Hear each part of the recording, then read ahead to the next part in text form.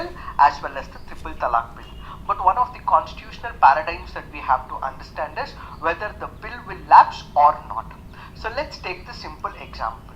A bill which is passed by the Lok Sabha but pending in the Rajya Sabha immediately lapses.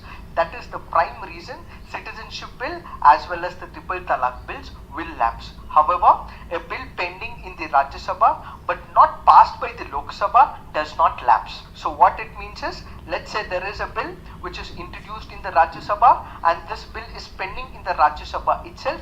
This bill will not lapse unlike the present one. So the present one which originated in the Lok Sabha was discussed in the Lok Sabha but now currently pending in the Rajya Sabha. This bill will lapse because there is dissolution that will take place in the next few months. But what was introduced in the Rajya Sabha and pending in the Rajya Sabha will not lapse because Rajya Sabha is a permanent house. Apart from this, a bill not passed by two houses due to some disagreement, and if the president has notified the holding of a joint sitting before the dissolution of Lok Sabha, such a bill does not lapse. So what we have to understand is, in case of a joint sitting that has been called by the president, when both have certain disagreement, this will not lapse. And at the same time, a bill passed by both houses, that is Lok Sabha as well as the Rajya Sabha, but this is pending for the assent of the president, and such a bill will again not lapse as well.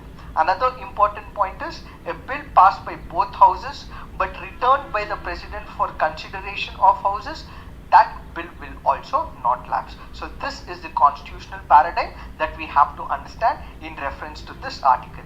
And rest of the things with respect to the citizenship, the triple talaq has all been analyzed in the earlier CNS, but this constitutional paradigm is what we need to understand. Moving on, let's look into the next article. The next article says, foundation stone laid for Subbanareka port in Odisha.